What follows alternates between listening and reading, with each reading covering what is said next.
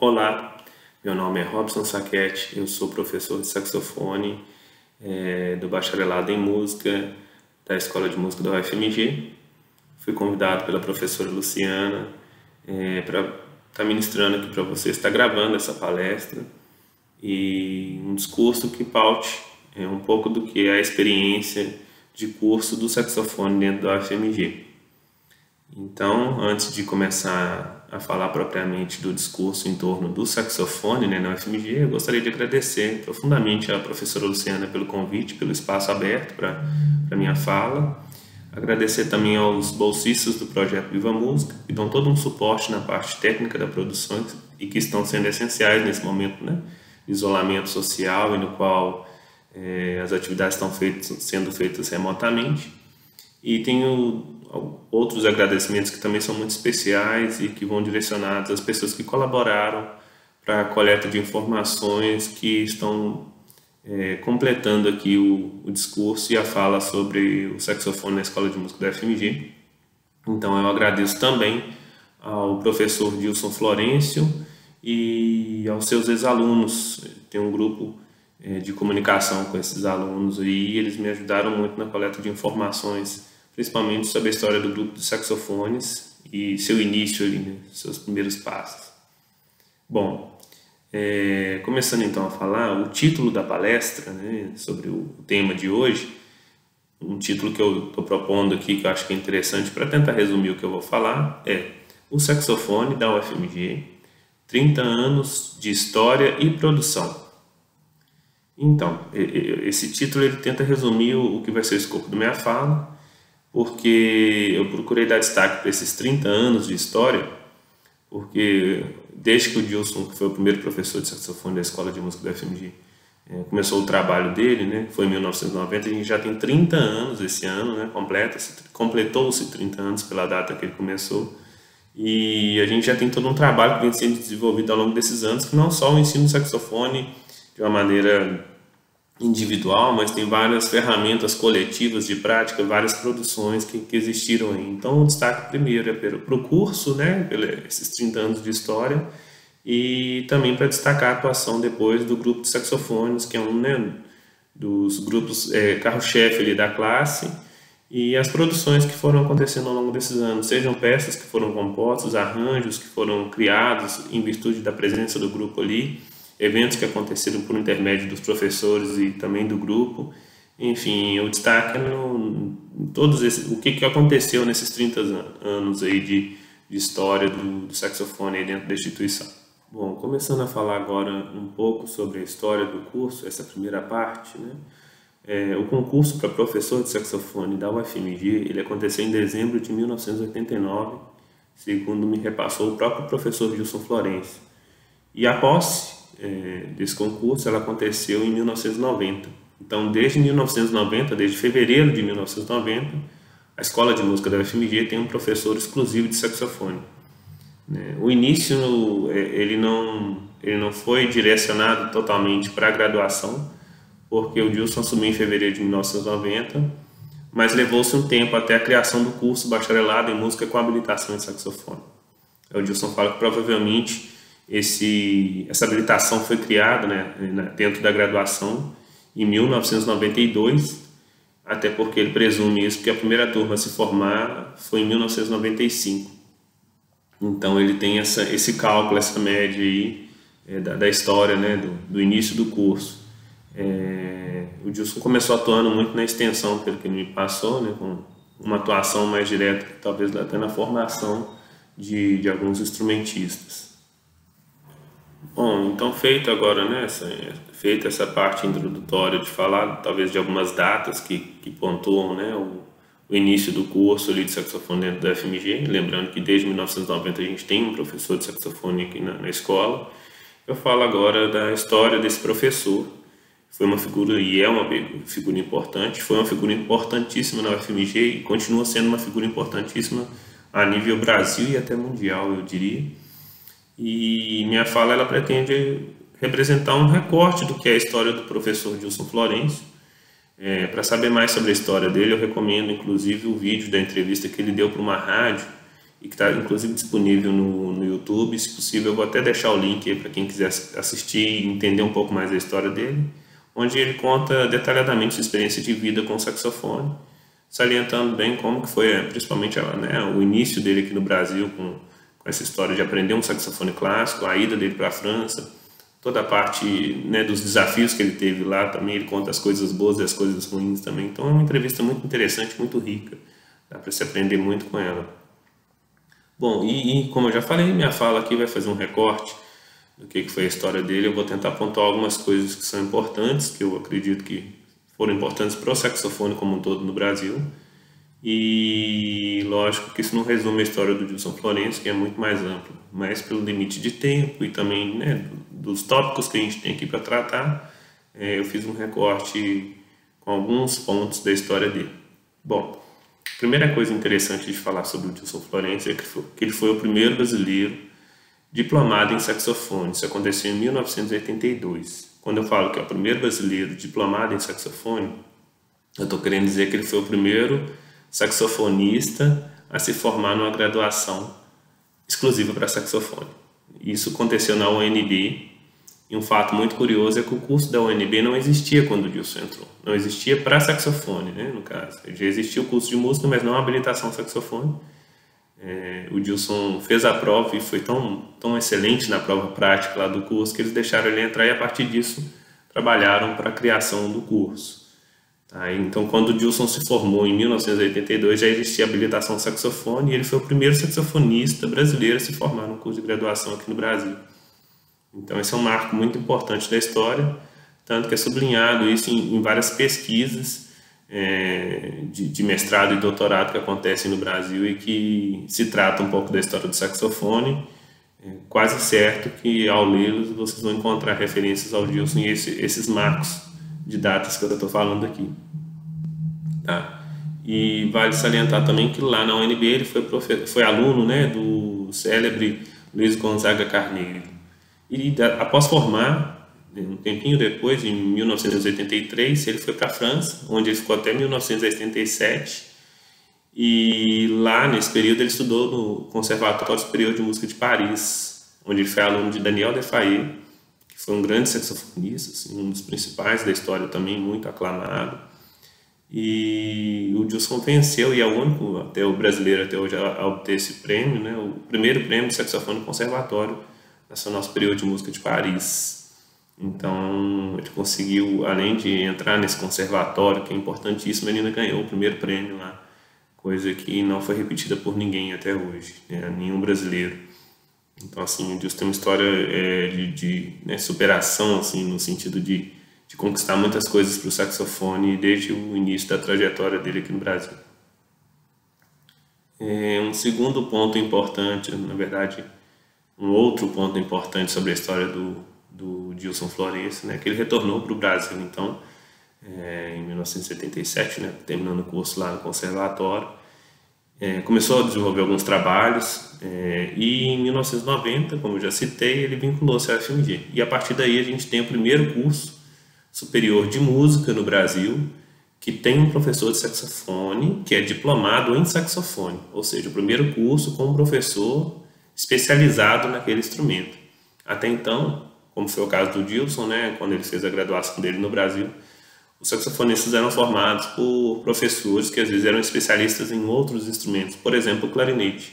Um professor de clarinete dava aula para aquele aluno que entrou para o curso de saxofone.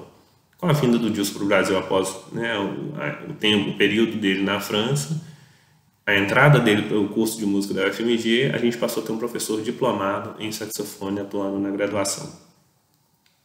A história do Gilson, ela carrega muitos fatos interessantes, muitas coisas muito boas. Eu vou falar mais até da didática dele, que é um dos diferenciais dele. Mas, dado o recorte, eu faço meu último apontamento que eu acho interessante na história dele, que em 2015 aconteceu no Brasil o concurso internacional Gilson Florencio. Aconteceu em Brasília e recebeu músicos, candidatos do mundo inteiro, e também aconteceram, né, nesse mesmo evento onde teve o festival, vários masterclass, vários workshops com grandes nomes do saxofone mundial. Então foi um evento muito importante que eu inclusive espero que aconteça muitas outras edições para celebrar, né, a história que o Dilson vem construindo aqui no Brasil e levando o nome do saxofone brasileiro até para fora dos limites do nosso território, né? E além de um grande instrumentista, ele é também um grande educador. E isso é fácil de a gente comprovar olhando para a escola que ele criou. Quando eu estou falando de escola, eu estou falando de uma forma de pensar sobre a performance e também de um discurso sobre a forma do fazer. E o Dilson tem isso muito claramente definido, ele tem uma concepção, né, da prática do saxofone muito presente e uma maneira de ensinar também muito particular, funciona muito bem.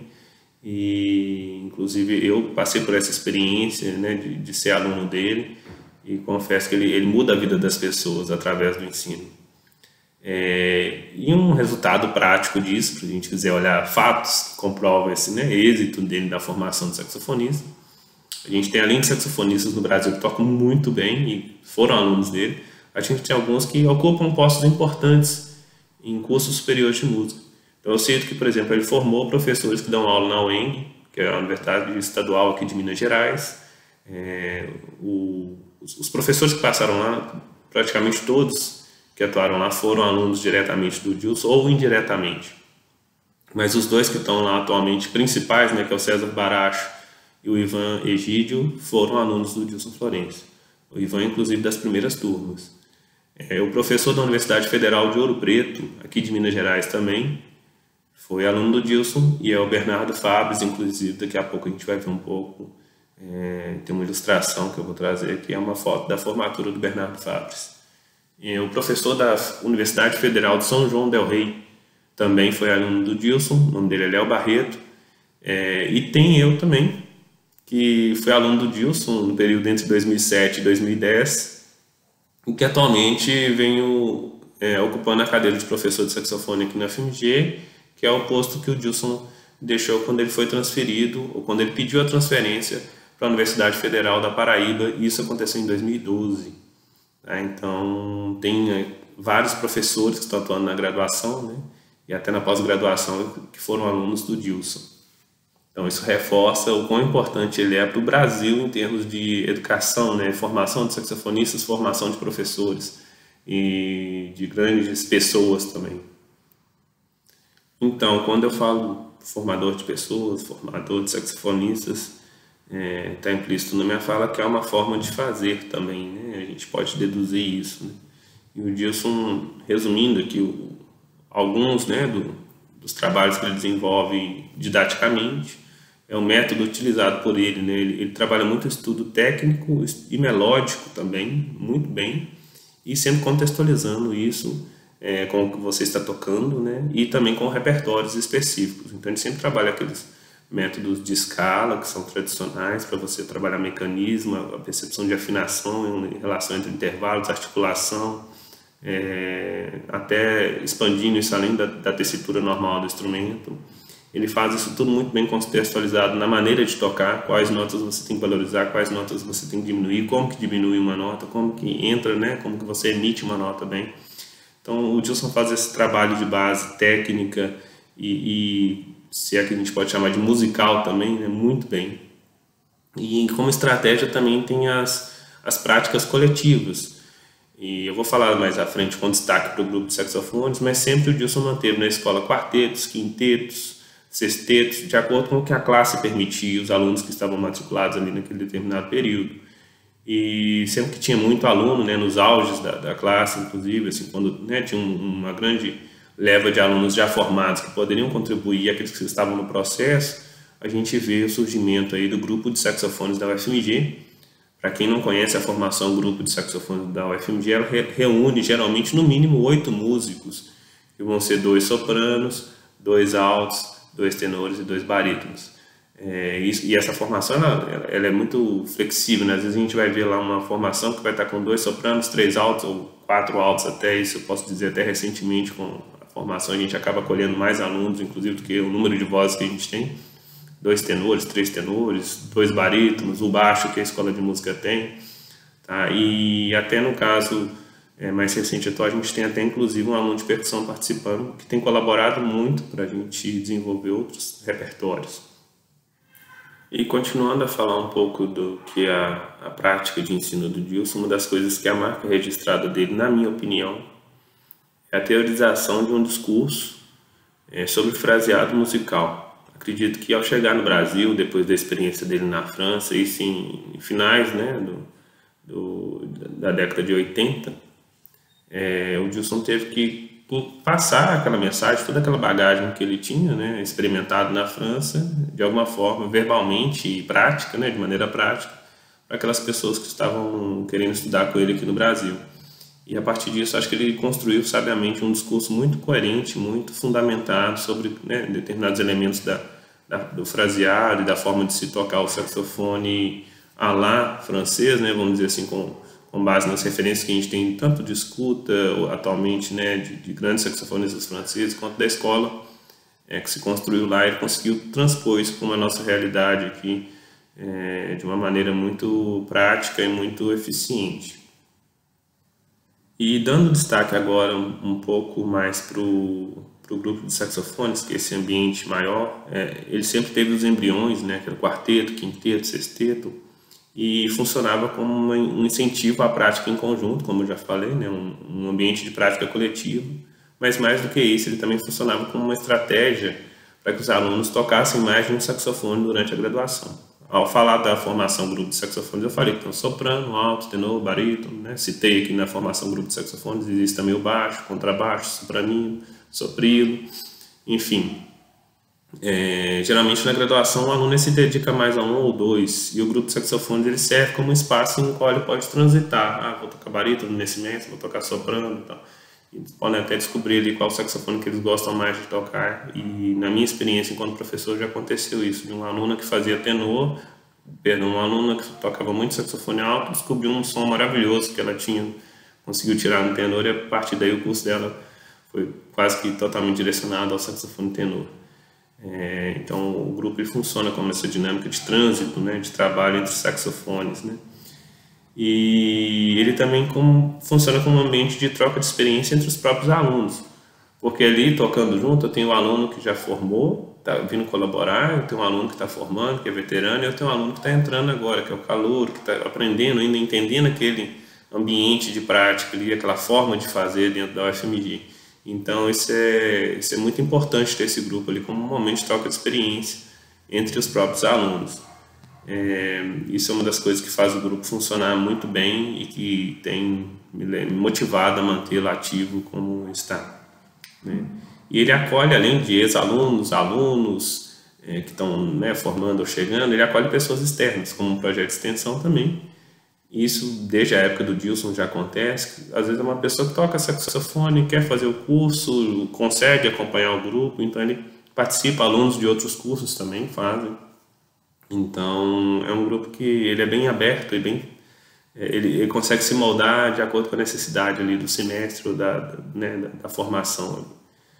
O professor Bernardo Fabres, que eu já citei e que é professor da Universidade Federal de Ouro Preto, foi aluno do Dilson, e ele comentou num grupo que a gente tem de conversa entre alguns dos ex-alunos do Dilson, e ele definiu o grupo dessa maneira que eu vou citar.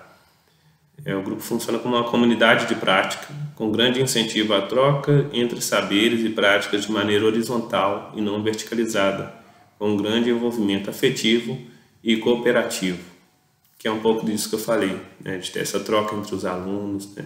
Não só o professor está ali mediando ou ditando o que deve ser aprendido, mas também há uma troca de experiência entre os próprios alunos.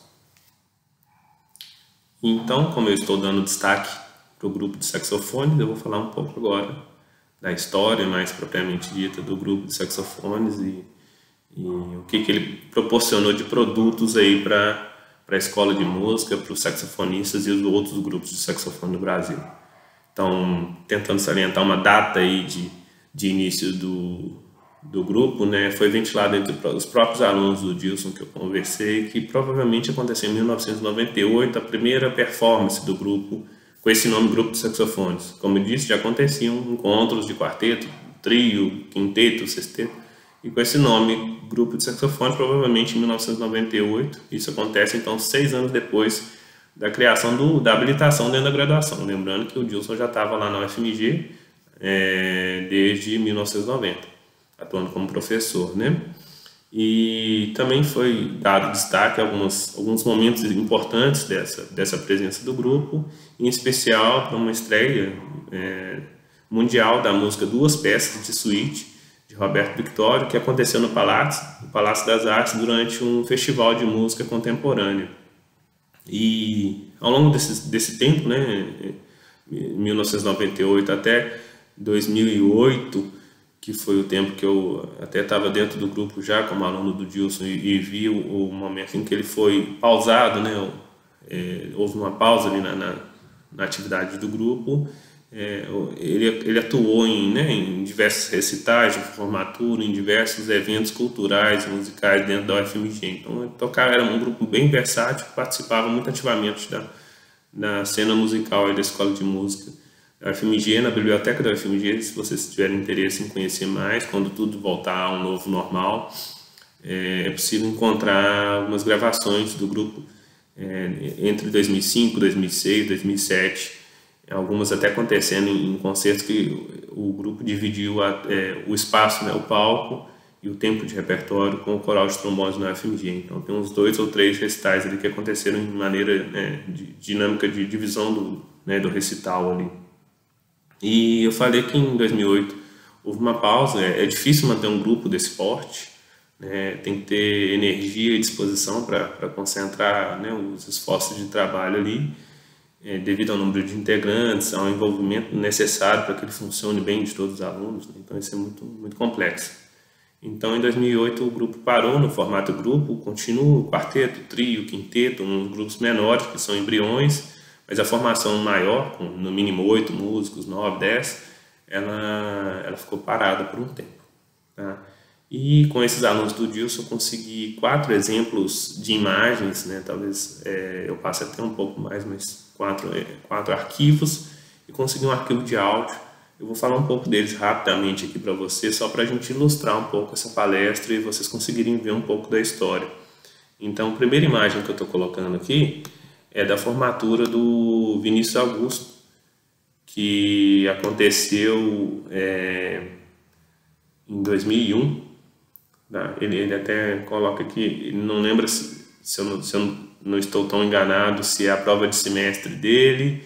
Eu sei que ele está tocando Glass Nova ali, que é um concerto muito importante, e a gente vê o Vinícius em pé ali com o saxofone alto, né, na posição de destaque de solista, o grupo de saxofones todo sentado. E tem o Dilson Florencio ali, que é o professor que eu venho destacando, de camisa azul ali, regendo o grupo. Então essa foto, se eu não me engano, é de uma prova de semestre, final de semestre dele, tocando como solista com um grupo de saxofones. Passando para uma próxima imagem, com a mesma dinâmica de colocar um aluno como solista, nós temos ali o recital de formatura do Bernardo Fabris. Tem essa foto em preto e branco, tem a foto colorida também. E em destaque ali, né, ao lado do Bernardo, o Dilson Florencio, professor, regendo o grupo mais uma vez, e o Bernardo também ao centro ali, fazendo sua formatura. Tem uma outra foto, essa é de 2004, lembrando que as anteriores são de 2001 e 2002, tá? Se eu não falei, me perdoem, mas 2001 e 2002, e essa agora é 2004, um tempo depois. Provavelmente o grupo estava aí tirando uma foto para alguma divulgação de algum evento. Então temos ali, né, de camisa preta sem o saxofone o Dilson Florencio e os alunos ao lado dele ali, segurando os saxofones, né? E a gente vê aí que ela está na formação menor que a gente encontra, né, que é a que eu citei, que a gente tem 8 alunos tocando ali.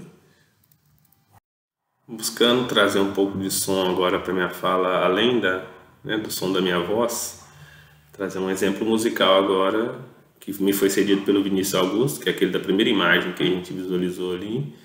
E esse registro é de 2002, formatura dele, ele está tocando saxofone soprano na formatura, o grupo de saxofone está acompanhando, e a peça que eles estão tocando, na verdade, esse recorte é o primeiro movimento do concerto para oboé de Domênico Cimarosa, uma transcrição que existe, que a gente usa muito, que tem o soprano ali como solista. Eu vou colocar uma imagem só para ilustrar, a imagem é aquela primeira que já foi mostrada, só um detalhe que na imagem que eu vou colocar ele está com saxofone alto e no áudio ele está tocando soprano, né? A imagem não corresponde ao evento em si, mas somente para ilustrar e vocês terem uma visão aí enquanto escutam o grupo de saxofones, isso em dezembro de 2002.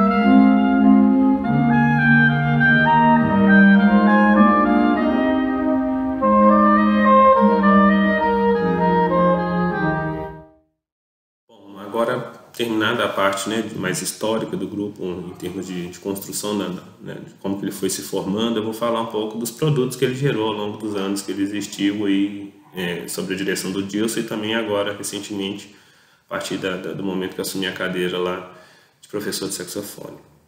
Então ele fomentou, pelas minhas contas iniciais, imagino que esse número seja ainda maior do que isso, mas o que eu posso contabilizar atualmente, ele fomentou a composição e criação de arranjos para a formação do grupo de saxofones, né? E o número que eu achei foi de 8 peças. Tá? Então, eu vou citar aqui agora o nome dos compositores ou das pessoas que fizeram essas adaptações e quais são as peças que eles fizeram. Tá? E também defino se é arranjo, se é composição própria mesmo, né? Específica e, em alguns casos, até exclusivamente para o grupo de saxofones.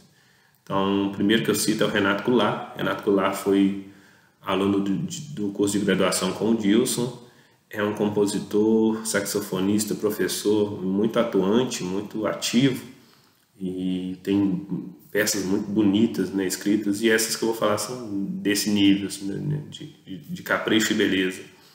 Então ele compôs Tributo a Piazzolla, que é para grupo de saxofones, muito tocado no Brasil, inclusive por outros grupos.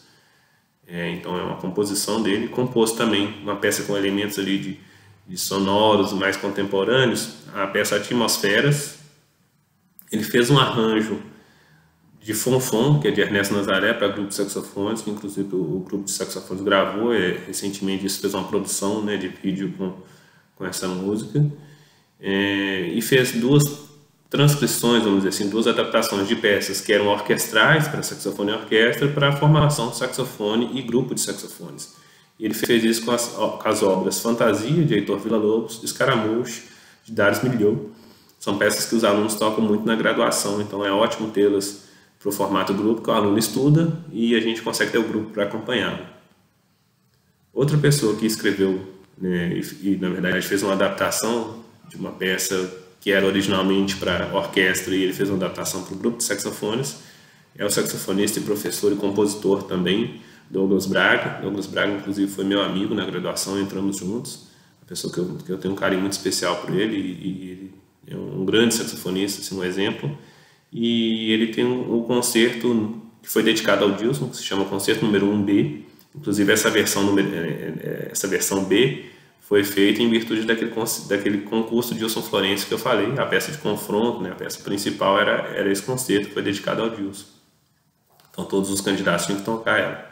Tempos depois o Douglas veio na UFMG tocar com a gente e ele fez essa versão, ele fez essa, né, redução, né, de orquestra para grupo de saxofones, e, inclusive no texto lá ele coloca isso, né, no início da versão para grupo de saxofones, que foi feito em virtude de um concerto que ele tinha com o grupo.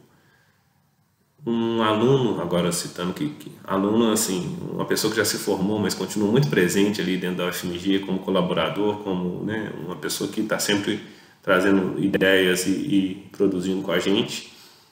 Foi meu aluno e se formou já também, tem desenvolvido um trabalho muito interessante, se chama Paulo Rosa, e ele fez uma composição para o grupo de saxofones da UFMG, a peça se chama Lamento, Conflito e Redenção, inclusive eu vou falar um pouco mais dela ali, de como que a gente tem usado ela daqui a pouco. E um exemplo interessante, um aluno que veio da física, é um advogado que está cursando física na UFMG, toca saxofone muito bem e está participando do grupo atualmente. E ele fez um arranjo para a gente da música Mr. Jams, que a gente tem tocado bastante, é muito interessante, muito bem escrito. Então, encerro, né, com o Mr. Jones aqui a lista das 8 peças que eu contabilizei, que foram ou compostas, ou arranjadas, ou criadas para formação em virtude da atuação do grupo de saxofones da UFMG. Como eu já disse, eu suponho que essa lista seja até maior, mas o que a gente tem mais ativo ali sendo tocado e que a gente conhece mais de perto são essas aí. E eu vou falar agora de como que é o trabalho com esses repertórios, né? E falo, talvez a perspectiva de uso do Dilson seja essa, mas eu falo mais a partir da minha perspectiva, porque eu não tive um tempo ou não tive essa conversa nesse nível com o Dilson para pensar em quais níveis ele usa, né? Ou para que ele usa determinados repertórios. Então eu digo a partir de uma experiência que eu venho fazendo, mas que eu acredito que também se replique e talvez até de uma forma similar com a figura do professor Dilson, né? Mas eu tenho usado alguns repertórios, em especial as peças do Renato Goulart, Tributo a Piazzolla e Fonfon, que é um arranjo. Eu tenho usado elas principalmente para que os alunos tenham um estudo de afinação e articulação, além de toda a dinâmica de prática de conjunto, de troca de saberes ali dentro. Mas articulação e afinação, quando eu quero pegar algum repertório que trate disso, estou projetando aqui agora um trecho da grade, né, para que vocês possam visualizar, principalmente agora primeiro, o Tributo a Piazzolla, uma questão de trabalho de ataques mesmo, de emissão de algumas notas, tem muita pausa ali no contratempo, enfim, é uma peça muito interessante para trabalhar essa dinâmica de articulação e afinação. A peça Fonfon, colocando aí na tela para vocês agora, ela é um arranjo, né, de uma peça muito bonita da Ernesto Nazaré, uma música muito bonita, e esse arranjo para grupo de saxofones, o desafio dele é tocar essas síncopes aí, né, em alguns andamentos e com uma certa clareza e desenvoltura dentro da proposta de interpretação da música popular brasileira, né? Então eu utilizo muito com essa perspectiva, né, de trabalhar a articulação e também a afinação. Até mesmo porque geralmente o grupo ele tem dobras de voz, às vezes eu tenho 2 alunos tocando a mesma voz, né? Então isso é ótimo para trabalhar a afinação. E passando agora para as músicas mais, vamos dizer, de um caráter mais específico, contemporâneo, se bem que o saxofone, falar contemporâneo é sempre um problema, porque o saxofone é um instrumento muito recente. O repertório tradicional dele já é um repertório mais atual, né? O nosso repertório já é o que alguns instrumentistas consideram como um repertório recente, atual do instrumento. Então, eu cito as peças que eu uso para trabalhar, às vezes, técnicas, que a gente chama de técnicas estendidas, ou que vão um pouco além do que é tradicional se vê a maioria dos saxofonistas fazendo, né? Mas a gente trabalha lá Atmosferas, do Renato Goulart, principalmente para uma perspectiva de leitura de uma música, né, de uma composição que tem elementos ali que são também novidades para muitos alunos, né? Então tem momentos ali que ele tem que escolher qual célula que ele vai seguir ou quantas vezes ele vai repetir, então é uma peça bem interessante nesse aspecto. E utilizo também, como eu falei antes, né, que eu ia citar, o Lamento, Conflito e Redenção, que é do Paulo Rosa, e também projetando aqui a imagem da grade, né? Eu trabalho para usar muito a questão do som a óleo, microtons que ela utiliza, embora não esteja anotado na partitura, a gente tem um trabalho ali que ela tem edição, então tem um trabalho ali com os microtons, né, que os alunos vão aprender ali quais chaves que eles têm que apertar para mudar a afinação de saxofone, e também os multifônicos. Tem alguns multifônicos que são bem tranquilos de tocar, bem didática a peça. né? E ela também ela funciona como se fosse, começa como se fosse uma linha de cantochão acompanhada por uma base não afinada, né, de instrumentos variando em microtons, passa por uma fuga que é desconstruída depois e vai voltando para uma ideia que é muito próxima, similar, só que com as vozes sendo divididas. Então ele constrói isso muito bonito, né, de uma forma bem interessante.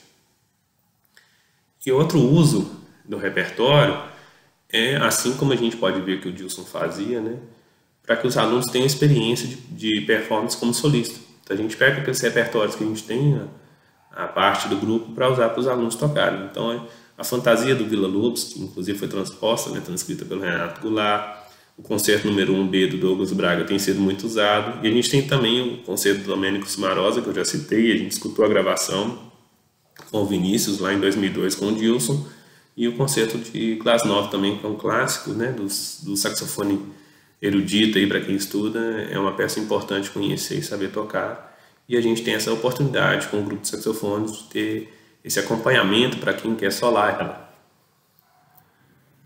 Bom, começando agora já criar um discurso que vai fechando toda a minha fala, eu vou citar um pouco do que está sendo a experiência mais recente do grupo, principalmente sobre a minha perspectiva enquanto professor, enquanto pessoa que está propondo algumas atividades para o grupo.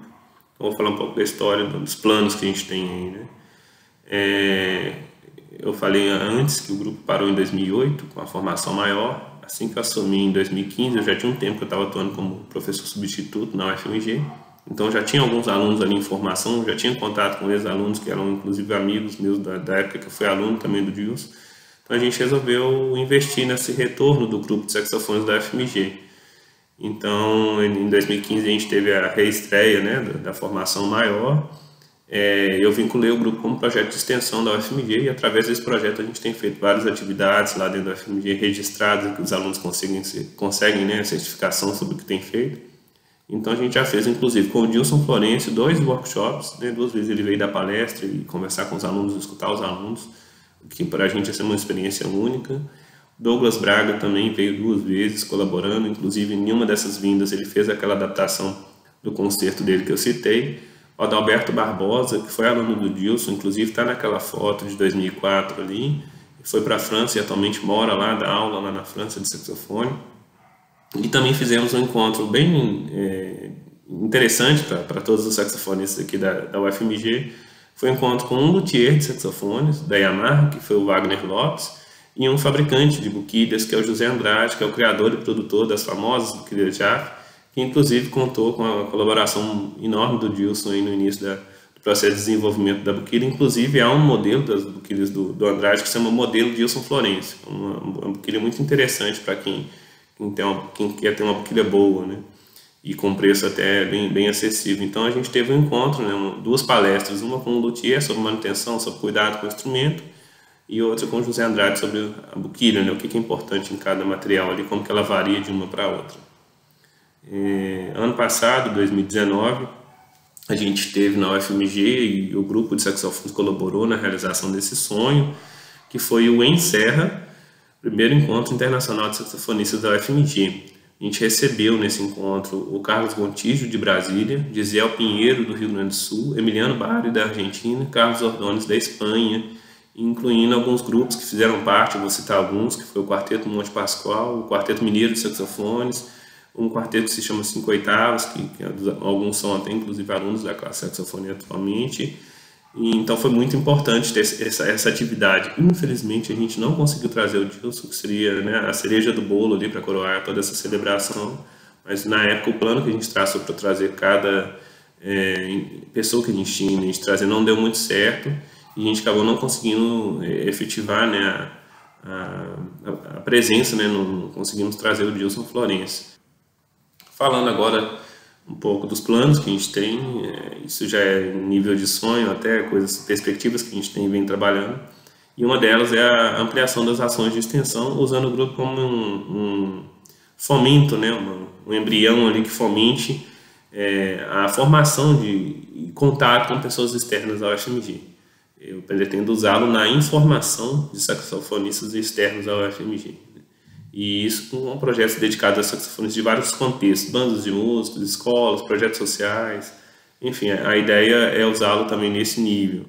Bom, encerrando a minha fala, duas considerações principais. A primeira dela é que, com certeza, a história carrega muito mais experiências e fatos do que os que eu coloquei aqui. O limite de tempo, né, da palestra, ele obriga a realizar um recorte, que foi o que eu fiz, e, por fim, eu me sinto muito honrado de fazer parte dessa história e espero que a classe de saxofonistas, né, os alunos, os ex-alunos do Dilson, eles sustentem essa escola, essa forma do fazer e de pensar música, que foi nos deixado pelo Dilson, né, foi nos passado, né, e ele continua replicando isso lá na Paraíba e no Brasil inteiro, ele possa seguir por muito tempo, né, possa ser disseminado aí pelo Brasil. Agradeço novamente a vocês pelo tempo, pelo convite, a professora Luciana e todos que deram suporte para a realização dessa comunicação aqui com vocês. Espero que apreciem o grupo Saxofones aí. Muito obrigado e até a próxima.